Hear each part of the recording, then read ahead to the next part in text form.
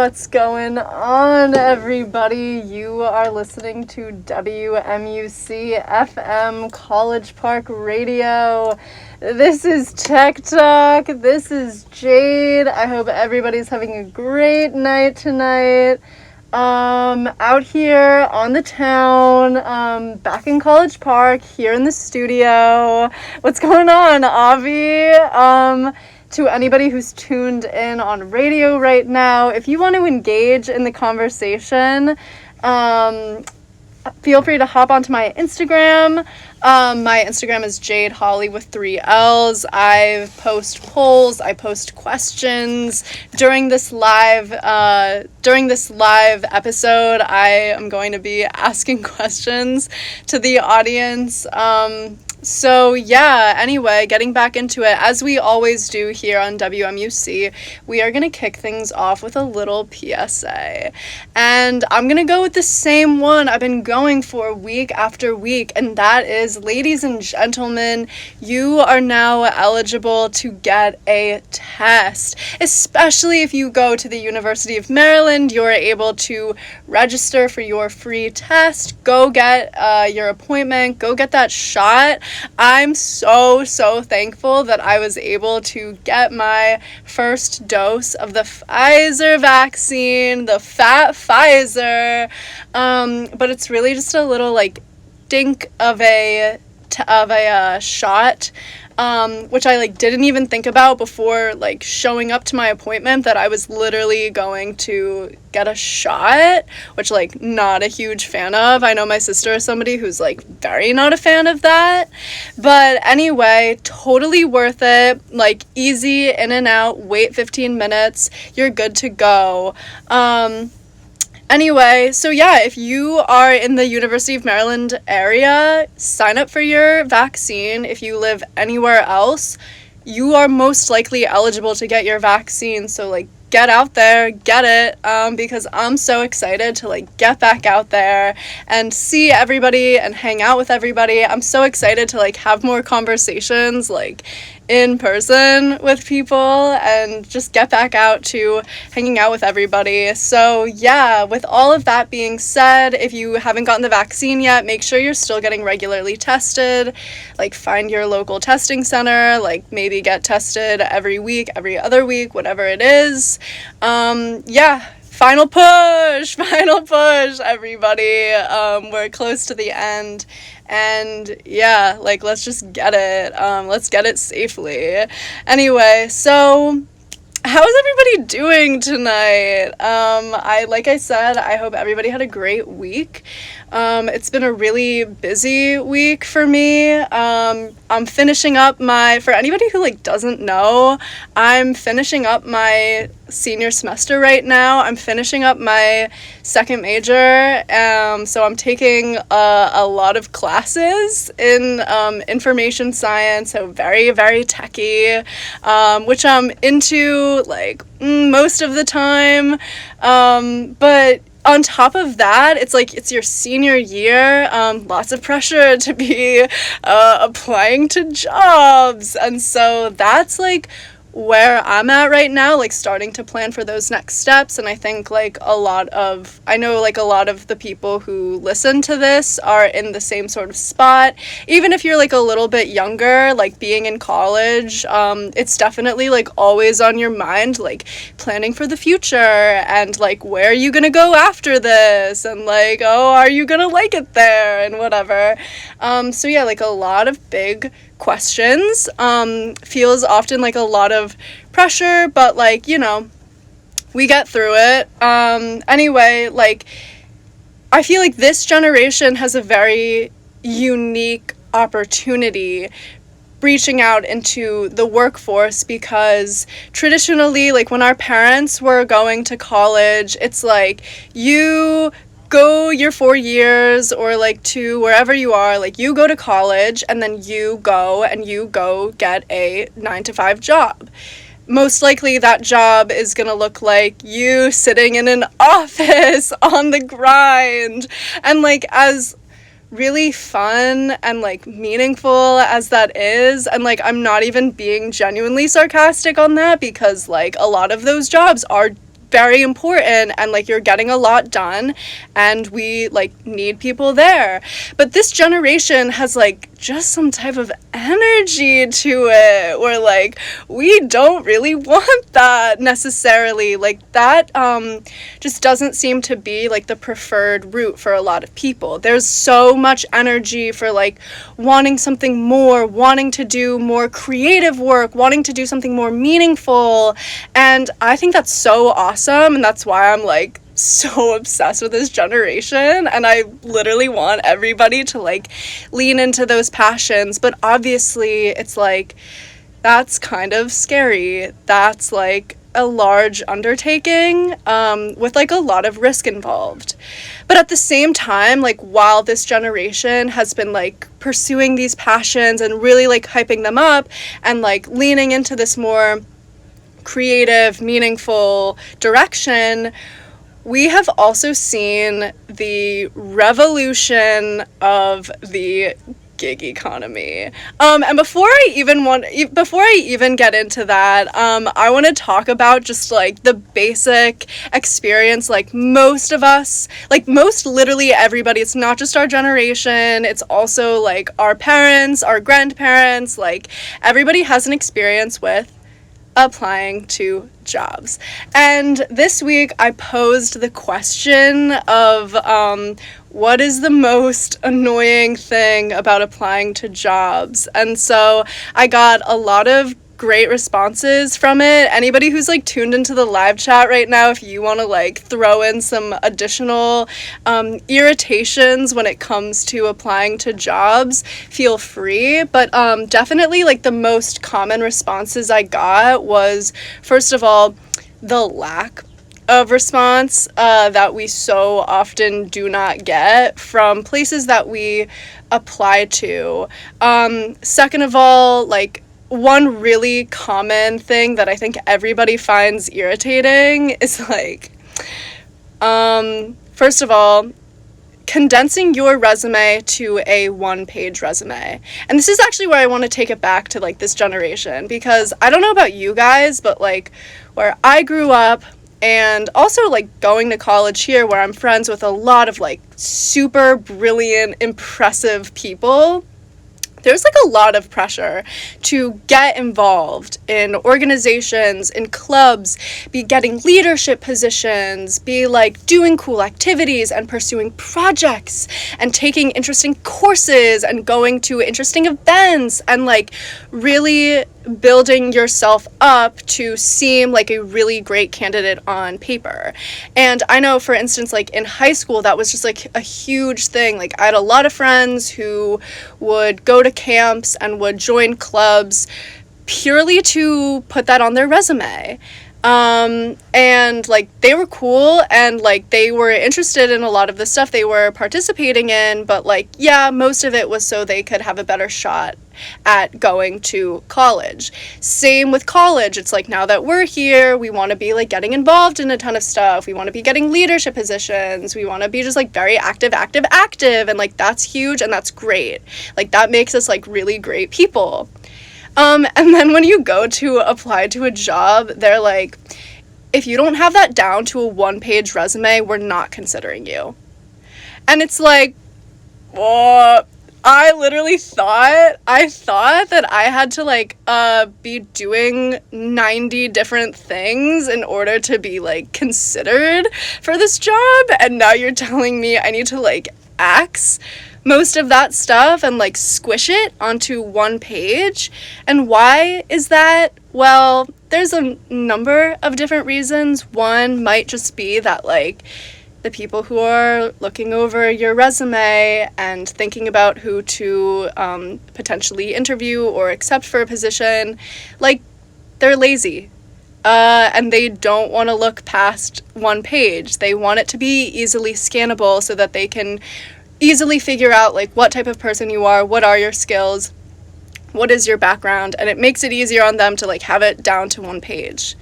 There's that, and then like a lot of employers now are relying on algorithms to do their hiring process. So like that first round of like applications where it's just your resume and like maybe a cover letter or something, a lot of the times now, especially at like much bigger companies, they just take your stuff and put it into an algorithm that tells them whether you are a good candidate or a bad candidate.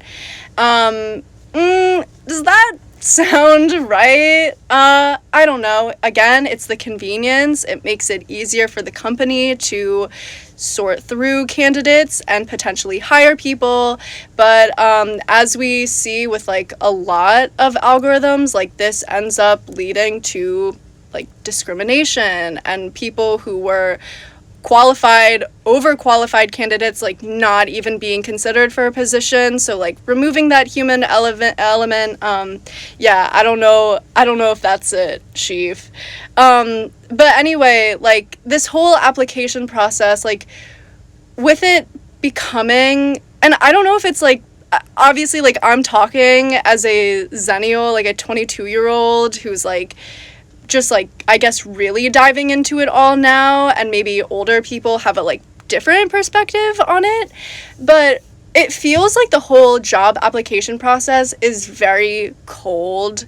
It's very like a lot of the time it's unresponsive, and even more of the time it feels like unfriendly because you feel like you have to be promoting yourself in a certain way. You have to seem like very professional. You have to seem like you're very well put together and well spoken and like charming enough to the point where you're not like overbearing, but you're still like likable. And yeah, I don't know, there's just like a lot of components at play. But yeah, like keeping your spirits high through this whole process where you're faced with like a lot of rejection and everything, like that is a skill that only theater kids are built for, I would say. And I love theater kids. I used to be one, but like, yeah, like it takes a lot of confidence to be faced with so much rejection and just like keep putting yourself out there and stuff. So anyway, I talked about condensing your life into a well-formatted one-page resume. And then what's annoying is that it's like, then you click next, and the next page is asking you to like retype that entire resume. And like instead of somebody looking over that resume and thinking, this person sounds good, like let me have a conversation with them, like let me interview them, it's instead like the next page is please list out all of the information for like all of the questions I would ask you in an interview, but like we just like don't really do that here until the last stage where you really seem like you would be somebody who we would hire. But anyway, like submitting resumes, creating cover letters for every job you're applying to, it's all the more annoying if you don't have an actual like passion for the job that you are applying to. Like if you don't have that genuine motivation because you really want that job, because you really want to work for that company, it's like, you know, you just don't have that urge as much. And like I think that's normal. I don't think that's bad or anything. Like that's just like kind of what it is. I need a job, like I need to like make a living, and my qualifications seem to line up with what you need, so like here I am, like here you are, like maybe we could make something happen. But anyway, so like this is sort of just where we are right now, because also it's like you can't not just like not apply to jobs, right? Like if you don't get a job, if you like spend too much time like looking around without like doing anything else, then like it's gonna appear like on your resume, it's just gonna appear like kind of weird, like you've spent like too long of a time not being employed, like suddenly now you seem like even more like sus of a candidate. And so it's sort of this just weird sort of feedback loop. But anyway, so the hiring process as it stands today just seems a little bit unfriendly. This whole like lack of responses thing where it's like you put a lot of effort and time into applying and like creating a cover letter and everything, like for them to not acknowledge your application and like never give you a response, like I just think that's kind of rude. And on top of that, like while we're thinking about like all the nuances and the future of work, do we think that this process is worth it? And that's where the gig economy comes in. So the gig economy is something that I find super interesting, and I've spoken about it on previous episodes because, like, as cool and futuristic as this, like, whole new line of work is, it's also pretty problematic just because we don't really have any sort of laws dictating what makes it fair.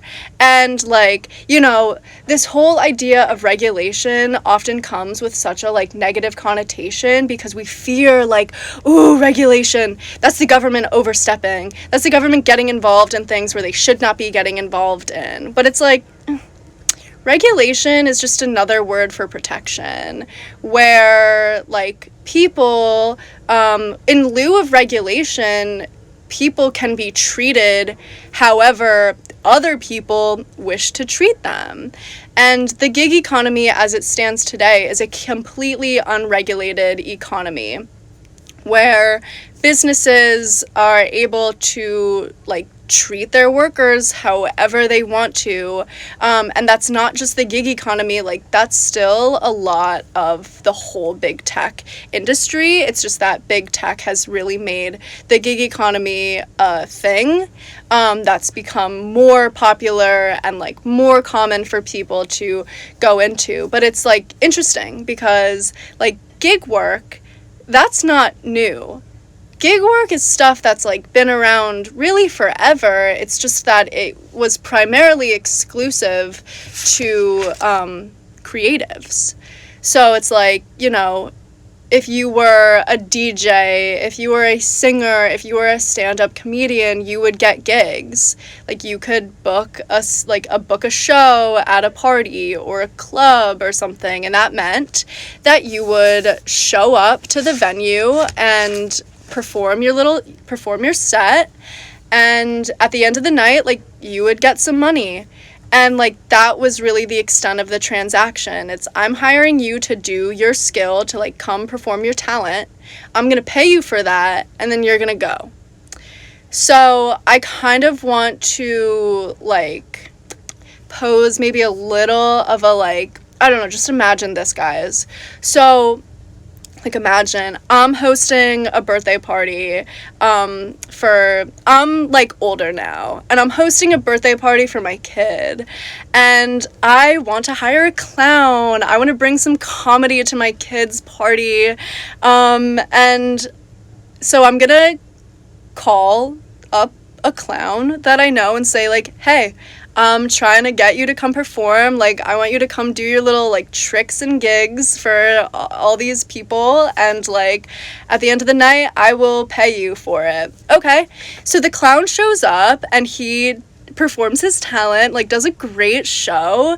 I pay him, and that's it. Do I pay him healthcare? Do I pay him a recurring salary? Do I give him, like, a consistent wage? Like, if I'm hiring him for multiple parties? Like, no.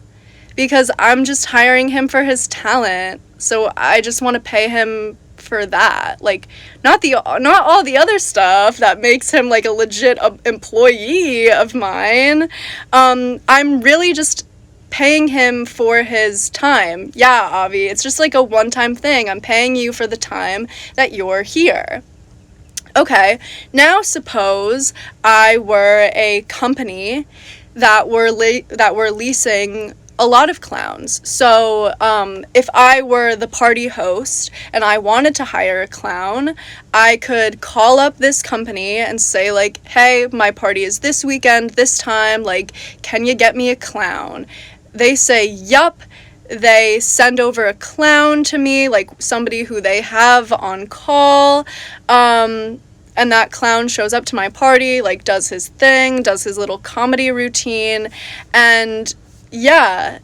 Now, does that intermediary, that company that I call to say, I want a clown, and they say, okay, here's your clown, should that company be paying for that clown's healthcare or time or like recurring wages or benefits? Like, should they be more involved in like regulating the employment process for that clown?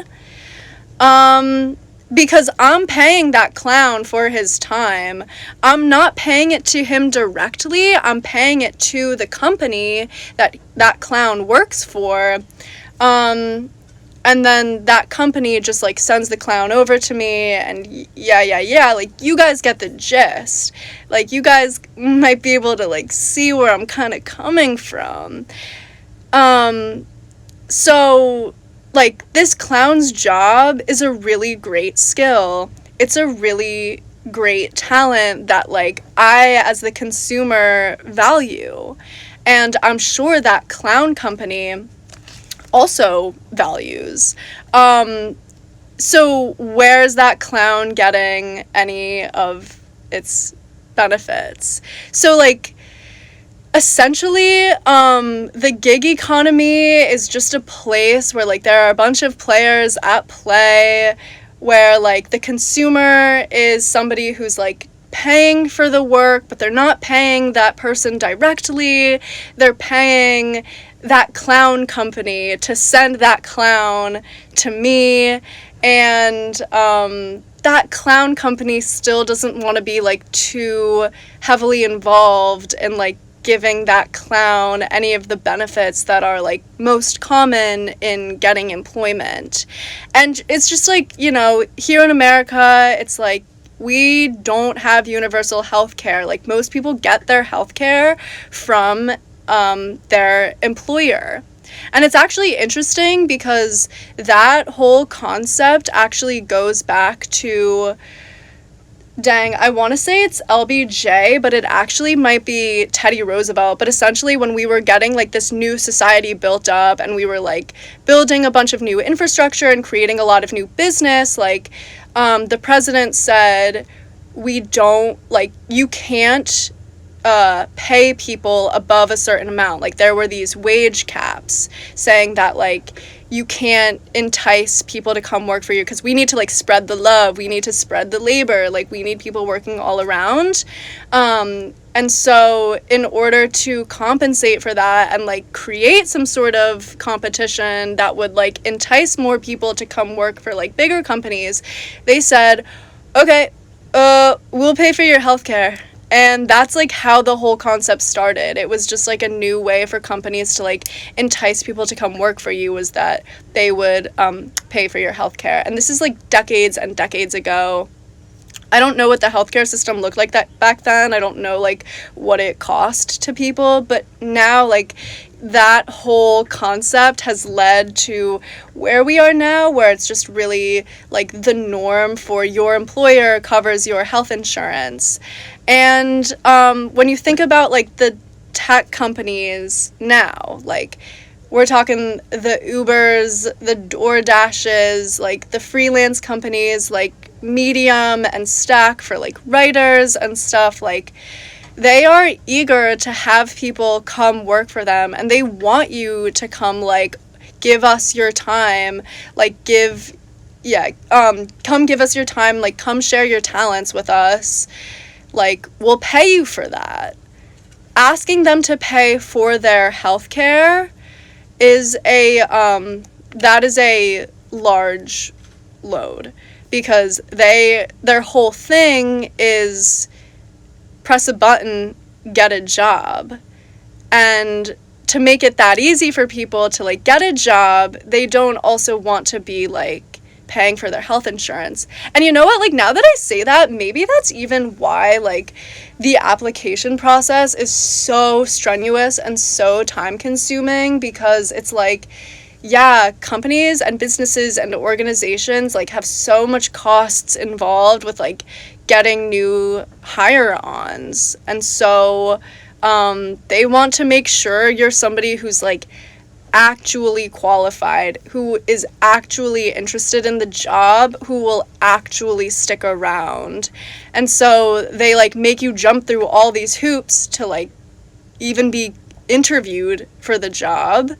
And yeah, it just kind of sucks. And so there's a lot of like conversation around like how do we improve this sort of system. And when it comes to like the gig economy, which I just think is like so cool, because like what are the benefits of the gig economy? And I also just wanted to like, I don't know if there's anybody, like I see people coming like in and out of the chat, so I don't know if there's like anybody out there who has worked in the gig economy, like as a driver for Uber, Lyft, whatever, or a delivery driver, or does like freelancing work. But yeah, like I would just sort of be interested in hearing like your experiences, because like when you're working for a client like in this sort of way, they pay you for your time like while you're with them doing your job, but like all that other time like commuting and waiting and stuff, like you're not being paid for that. And so like I'm just really interested in hearing what sort of like balance there is to that, like how much and also like beyond just like time spent waiting versus time spent working.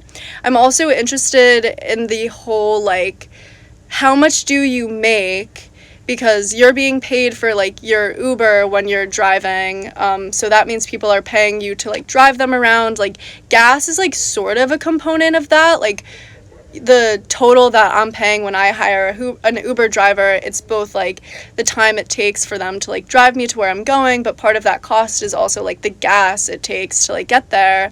But it's like there's also money involved in like getting to me in the first place, or like getting to the area where people need Ubers. Like there are other costs involved that like are not included in pricing, or just like that's how companies aren't taking care of their workers.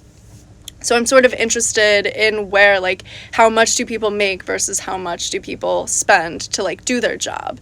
Because like if I were working, you know, like if I'm working at the Krusty Krab and I have to like pay for like if I have to be waiting at the Krusty Krab and I'm not being paid while I'm waiting to like take orders, like if I'm Squidward and I'm only being paid when I'm taking somebody's orders and otherwise like I'm just there and like I'm not being paid for my time, I would be pretty grumpy too.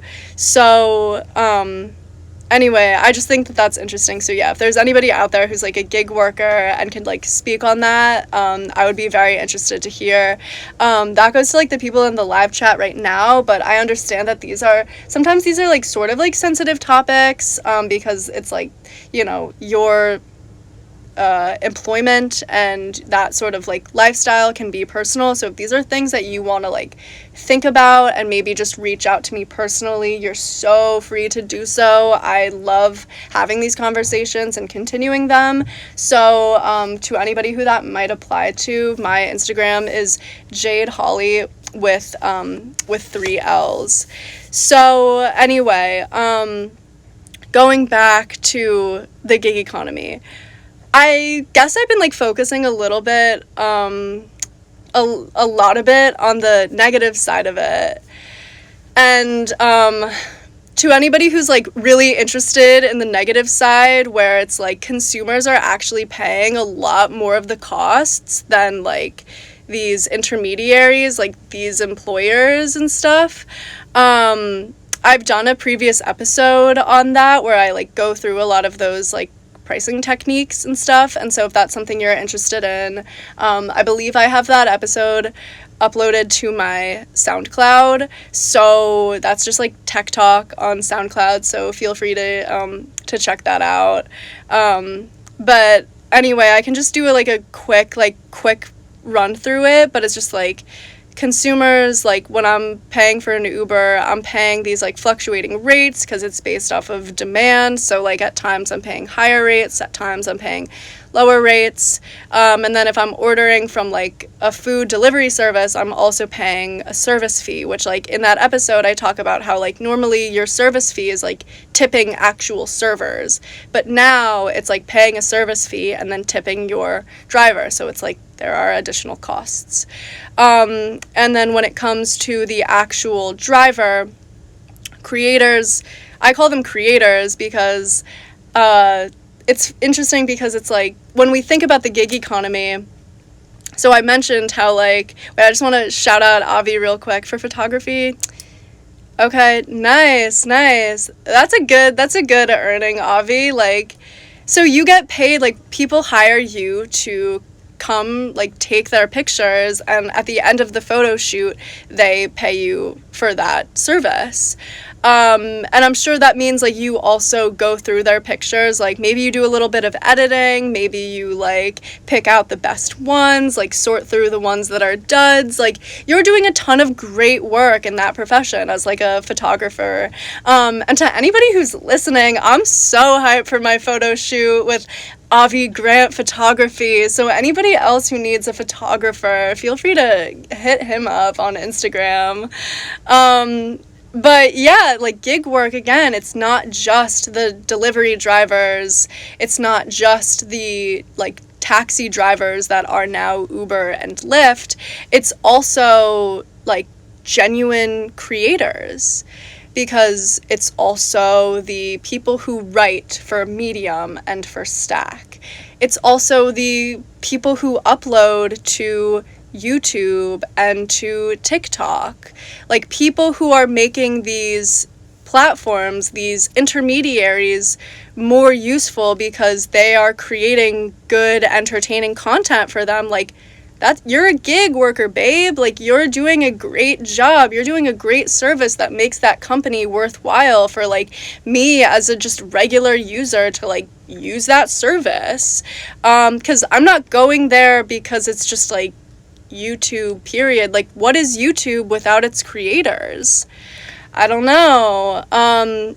But like, yeah, a lot of like the problems with the gig economy just stem from the fact that like there are no rules, there are no regulations for treatment, so like there is no stable wages, and like that's been a huge argument point of like Uber workers who are just saying like, can we have more stable wages? Like, can you tell us what we will make in a week or like, every other week? Like, we just need better clarity on like how much we're going to make, because if this is my job, if I am a full-time Uber driver, or even if I am part-time, whatever, like I just want to have a little bit more insight on like my likelihood for earnings and stuff. And yeah, we're like just not there yet because there just aren't rules set in place, and Uber is like, oh, well, we like to change prices all the time to like optimize our service, which means like optimizing prices for like consumers and stuff, which is like, again, I'm trying to like always give them the benefit of the doubt because I understand how that's like, I understand that position, but it's also like, Uber hasn't made any money. I believe the only one of these like gig economy revolutionaries, whatever you want to call them, that's made money is like DoorDash. So it's like something's not working. And so we should just be like open to like having these sorts of conversations about like how can we make them better? Like what sort of rules might we want to put in place to like make them better for everybody? It's not just the workers. Like these rules can help companies too. And like that's what we are all about here. But anyway, like what's really cool about the gig economy that like I really love is that it's like so dope that you can work when you want to and like have that sort of like consistent, stable-ish life of like making an income. And then when you're not doing that job, like you could be pursuing something else for yourself. And like right now, a lot of the ways, like a lot of people who drive for Uber, it's like that's their side hustle on top of their regular job, because they're maybe not being paid enough, or just like they want to have another stream of income, so they drive for Uber. And like that is, I don't know if that's like cool or if it's like a little bit sad that it's like you can be a full-time employee and still not be making like a really great wage for yourself, to a point where like your side hustle has to be another job where you're just like a driver.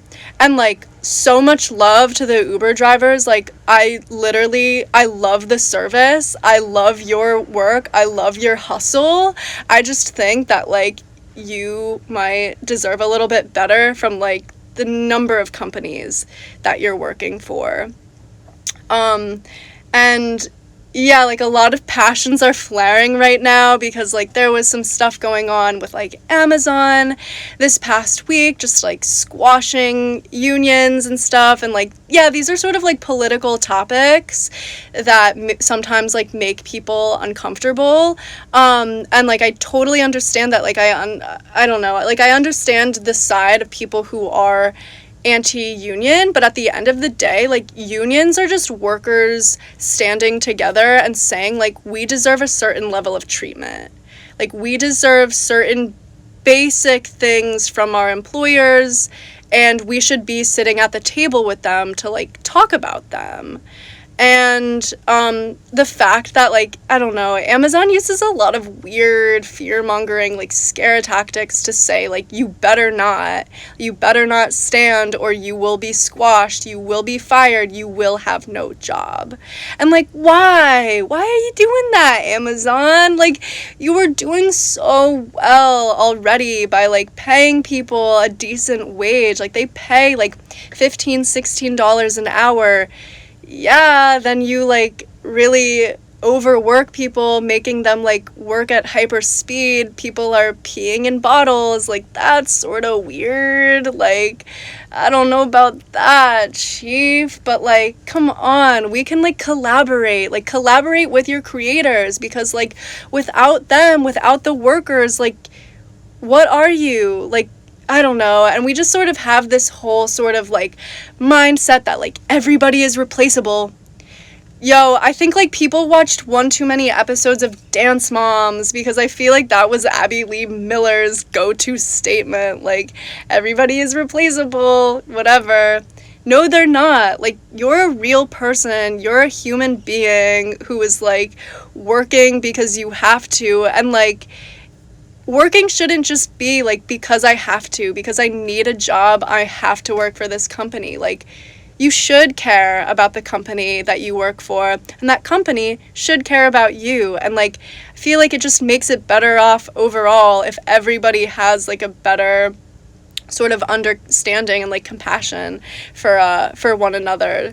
So yeah, like what I think is just like really cool about oh, actually, and like I was gonna pose this question of just like, what do you think you deserve from an employer? Like, is it as basic as like, I deserve my wage and I deserve like healthcare, or like, is there any sort of other stuff that like people feel they are entitled? Like, makes it seem like you're greedy, but it's like, I don't know, it's like, you're not greedy, you're giving your time, your effort, and like your life to like a business. And so like, shouldn't you be rewarded for that beyond just your basic, like the money, the paycheck you get every other week, and then like the healthcare benefits? Like, I don't know, big tech companies are like doing more of that, of like creating other sorts of benefits. And it was funny because like I was having this conversation earlier today about how like Google will offer you like, oh, you can have all of your meals here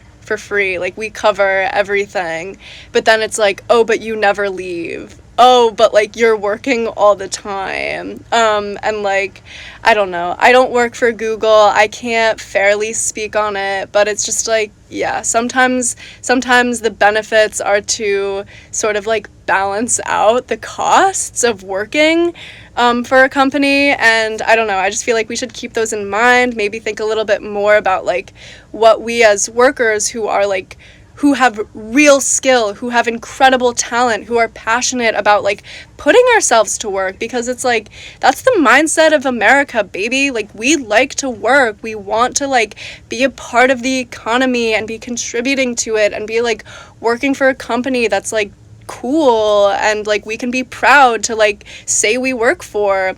And yeah, so I think there's just like some need for deeper consideration of, you know, what we each deserve in this sort of system. But anyway, I keep like straying from this. I just think it's really cool that like the gig economy gives you more opportunity to like spend time on your real side hustles. Like what if more people were using the gig economy, were doing gig work as their main sort of like employment, and like there is a population of people already doing that. And it's not just like Uber and DoorDash. There's also something called Mechanical Turk, which I don't know if everybody who's listening is familiar with, but Mechanical Turk is an Amazon associate.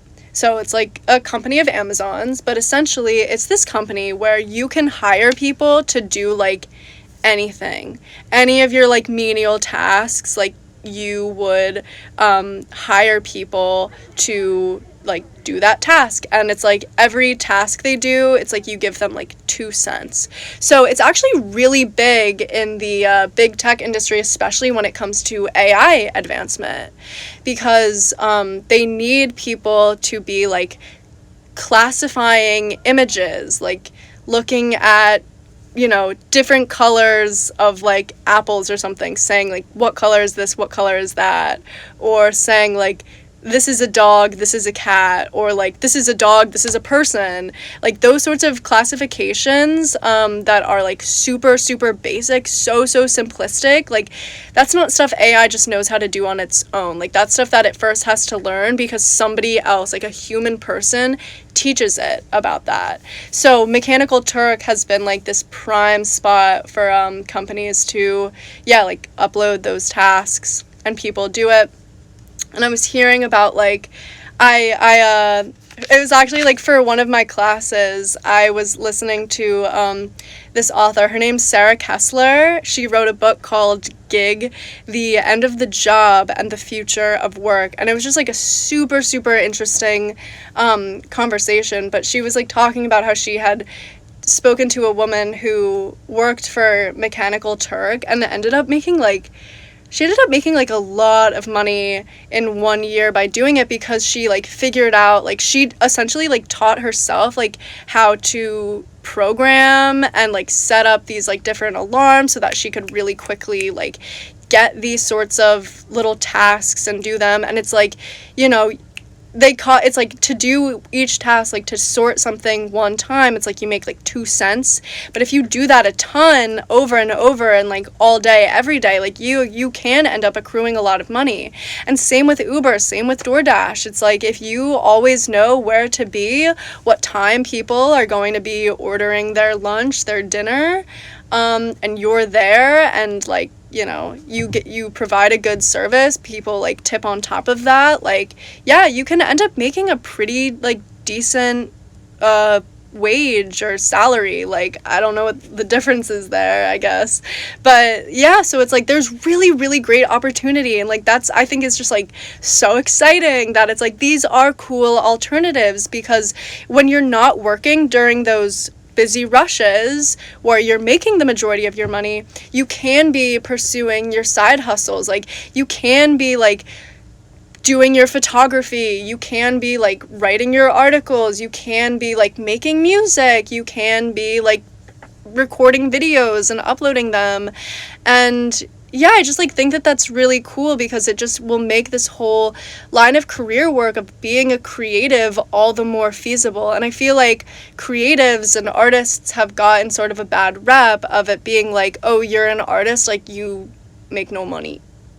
And they're not necessarily wrong for saying that, because it is a much tougher game than like sales, to like be an artist and to be like taking that risk on yourself, like putting yourself out there and saying like, hey, I created this, like, does anybody like it? Does anybody think that this is like of any value? Like, yeah, that's a huge risk. But you know what else is a huge risk? Starting small businesses. Like, the small business failure rate is wicked high because it's risky to like start something brand new like that and just like, you know, really take that leap of faith and say like, hey, I think I can create something cool and something that people will want to spend money on. Yeah. So like that's just like sort of again where we are now, because now it's like the small business isn't necessarily a brick and mortar store. It's a YouTube channel. It's a Medium account. It's a like Instagram page trying to become an influencer or something. Like there are so many different routes now, and like when you look to the younger generation, more and more people are saying they want to take these different career paths. They want to be the creators. They want to like start their own accounts and start their own little businesses and really like lean into their creative passions. And like to those people out there, I just want to say like, oh my gosh, I think that that is so cool. I really, really do. And I think that like you absolutely should lean into those passions and stuff, because it's cool that big tech has created all of these spaces where you can promote yourself. And you know, ideally these spaces would want to collaborate with you and help you grow your brand and grow your business.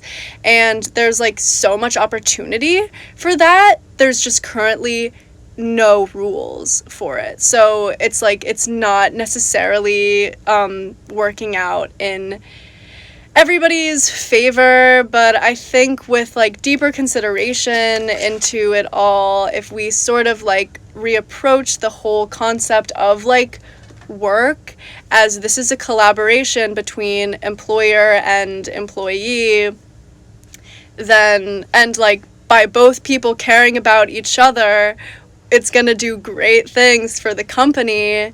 You know, I think that we can end up with like an even more successful economy and just like better overall society and world. I'm probably just sounding like such a like, I don't know, lovey optimist, but I don't know. I feel like the future is like here. This generation really cares about like making these sorts of things happen, and like we care about doing more for ourselves and like for each other and like for our country and for our world. And yeah, I don't know, I feel like even though it's optimistic, I don't think it's necessarily like unrealistic.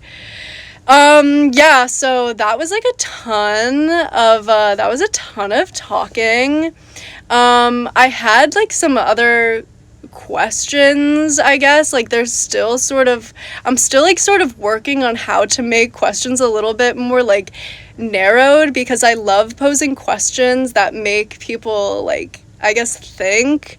So sometimes it like takes a little bit longer, because like the next question that I had written, and for anybody who is like just tuning in now, I had asked previous questions for anybody who has like done any sort of gig work, what the difference is between like how much you make, like that time you spend actually like doing your job and getting paid for it, versus how much do you spend, which I mean like how much money and time do you spend waiting to do your job, or like commuting to your job, like stuff that like you're not being paid for. Like in the gig economy, that's just like not super accounted for. So yeah, so like I'm interested in that sort of divide. I'm also just interested in like anybody who's like here or like listening and wants to talk about it. Like, have you considered doing a gig job? Like, would you ever try doing gig work full time? Whether that be like gig work as in the straight like Uber, Lyft, DoorDash of the world, or leaning into your more like creative passions. Yeah, I don't know. How do people even feel about like getting into those sorts of like creative endeavors? Oh no, this is sorry everybody. My headphones just connected, so I'm not sure that it's like I'm not sure if anybody can still hear me on the live. I don't know. Let me know if you can, I guess. But anyway, I'm just gonna keep it going. But yeah, I don't know. I just think that this whole concept of like the gig economy is like very exciting. It's very new. Thank you, Avi. It's very new. There's like so much nuance to it, and like I fervently believe we can make it a really great thing that works in coordination with like the regular, like what do you call the current economy? Like just the labor economy? Um yeah, like I don't know. I feel like we can make both work, and we could make both thrive. Seriously, like the gig economy could be great for people who like really want to lean into these other sorts of passions of theirs, who don't love the 9 to 5 hustle, who don't necessarily like want to sit in an office just because it gets them like a more stable wage or salary. And I didn't want to like go super into this because it's like it's very, very political and people have very different opinions on it, but like just putting it out there, this whole issue of healthcare is going to be huge when it comes to the feasibility of the gig economy. Because if employers are no longer going to be paying healthcare benefits for people, for like for employees, then how are people supposed to pay for their health care when it's so expensive? Well, like, that makes me really nervous as somebody who, like, I don't know, I guess, like, recently I've just been kind of a dreamer and I've been really, like, wanting to just lean into my passions and like the stuff I'm doing with Tech Talk and like whatever. I'll just hype myself. Like I also write a blog, I do Get Hip, and like I have so many ideas for like better resources I think that I could create for people in like learning about the tech industry and like how to navigate it better and like more safely and just like stuff like that. And like as much as I would love to just like fully commit to those things, I'm also like sheesh, I should probably be making a stable paycheck. I should probably be like making money so that I can like, provide for myself and pay for healthcare, which is like a huge cost. So yeah, like there's just like so much to weigh, but I'm genuinely like so inspired by people like Avi who like have created these little businesses for themselves and fully like really like invest themselves into them and like do a really great job. And yeah, I don't know, it's like you're doing a great job, you have a really great skill, you have a great talent, and you deserve to like make that your livelihood. Seriously, like I don't know, it's like why should people have to give up on their dreams in order to get a job that they first have to like jump through 80 different hoops in order to even be like secure an interview?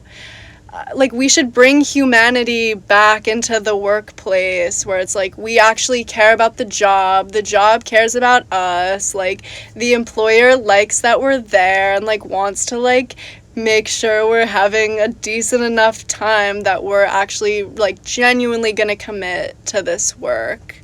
And yeah, like again, this might just be me sounding like so optimistic because where we are now with the current workforce and like the current state of just like employment, it's just like it doesn't look like that. And like I like look to any of these big tech companies and like hear about like the workers who talk about their expectations and like these crazy quotas at Amazon.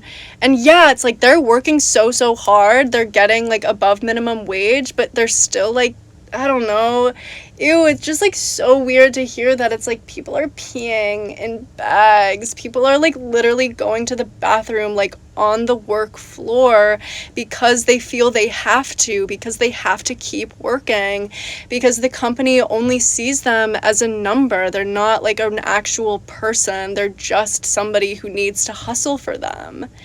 And like your hustle is so admirable. Like seriously, like good job, like for real good job. But like it shouldn't be me saying that to you, and it shouldn't just be a boss who's like, you know, patronizing. It should be like we actually care about the work you're doing and you're doing a great job, and like, hey, if you need a break, it's okay, like you can take one because you're a person. And like people need breaks in order to do a better job. So yeah, this has just been my little pop off on the whole gig economy. What's up, Trevor? So yeah, I guess I'll just like mention this one last thing, that it's also like I've spoken about how like the gig economy, it's not just Uber drivers, it's not just DoorDash, it's also creators, people who are uploading to platforms like YouTube, to TikTok. I guess people are technically like Instagram famous. I don't know a single person who is Facebook famous. Let's keep it that way. Anyway, the gig economy is also just anybody who's considered a contract worker. So like there's a lot of contract work that also goes on in big tech, just like on the software side, of people who like don't get brought on as actual employees. They get contracted to like come do work for a couple of weeks or months. Same with like the government does contract work all the time, like just hiring like IT specialists or just like specific individuals who like know how to accomplish a task. Like this whole like Mechanical Turk, right? Like they're all contractors contracted to do a very simple task. Well, like it goes up in scale. The government hires contractors too to do its task for them, and like they pay them for their time and their work. It's usually more than just a couple of cents. But yeah, like those contract workers, it's the same deal. Like they don't have, they get paid a certain like amount of money, but they don't get benefits. They don't get healthcare for sure. They're not getting like vacation time. They're like not getting, I don't know, like child care, you know, like what happens if you're a woman and you are primarily like a contract worker and then like you get pregnant? How do you get time off from work that's covered, or are you just simply unemployed? Like, I don't know. There's a lot of like big kind of concerning questions that I just think we should definitely all be thinking about.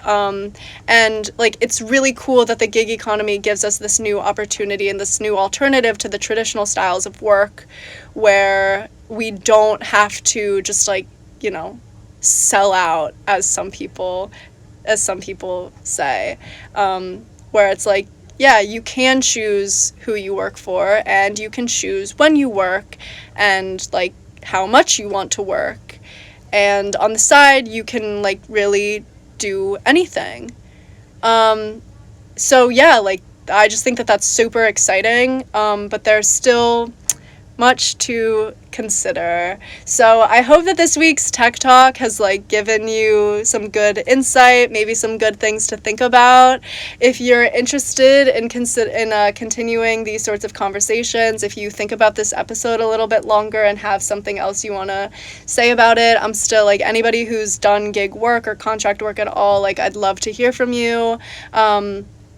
yeah, feel free to reach out to me on my Instagram. My Instagram is Jade Holly with 3 L's. Other than that, everybody, thank you so much for tuning in. I sincerely, like, cannot tell you. Like, I just appreciate it so much. Like, you guys are so awesome. But yeah, I will be on the air again on Thursday night at 8 p.m. with my music show pregame. So feel free to tune in for that. Otherwise, I will be back here same time next week. Tech Talk, new tech episode, new tech topic coming at you. Yeah, get hyped for it, everybody. I will see you next time. Have a good weekend. Bye. Thanks, guys. I'll catch you later.